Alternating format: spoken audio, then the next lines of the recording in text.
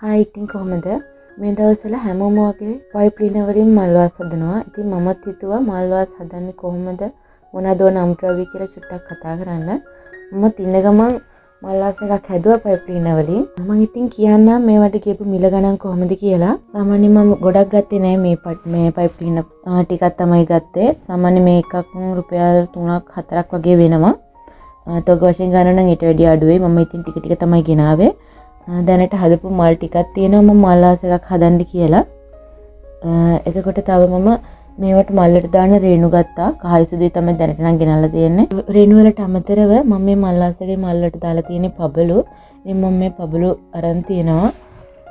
දැනට නම් කහ පාටයි සුදු පාටයි තමයි මම අරගෙන තියෙන්නේ. මම මල් වාස් එකේ පෝච්චි විදියට ගත්තේ මෙන්න මේ කප් එක. මේක වැඩක් නැති අයින් කරන කප් එකක්. ඉතින් මම මෙන්න මේ විදිහට තමයි මේක පයිප් ක්ලීනර් වලින් කවර් කරලා හදාගත්තේ. වාස් එක හදාගන්න ගත්ත කප් එකෙන් මේක හදාගත්තේ කොහොමද කියලා ඊළඟ වීඩියෝ එකකින් මම ඔයාලට අරගෙන එන්න.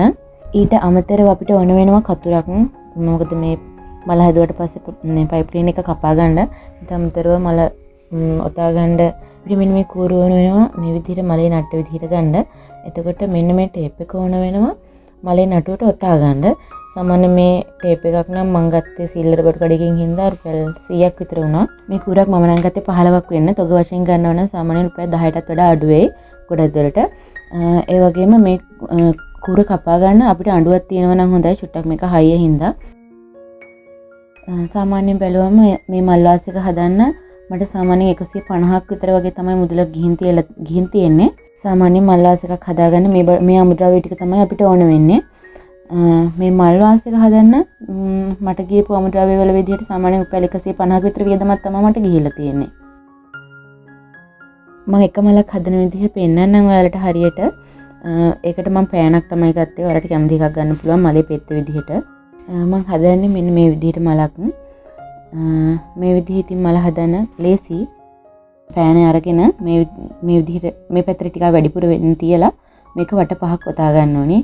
එතකොට තමයි පෙති පහ හදාගන්න පුළුවන්. ගොඩක් තදටත් ඔතන්න එපා. ඊට පස්සේ මේ වට පහක් ඔතලා මේක මේ විදිහට අල්ලලා මේ දෙක මෙහෙම එකට තදට අඹරව ගන්න ඕනේ.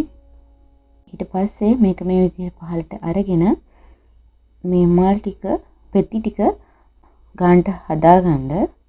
ඊට පස්සේ මේ පෙති ටික මෙහෙම රවුමක් කරකවලා අඹරව ගන්න ඕනේ.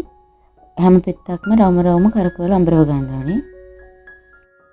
ඒ විදිහට අඹරවලා දැන් මේ පෙත්ත චුට්ටක් මෙහෙම නමලා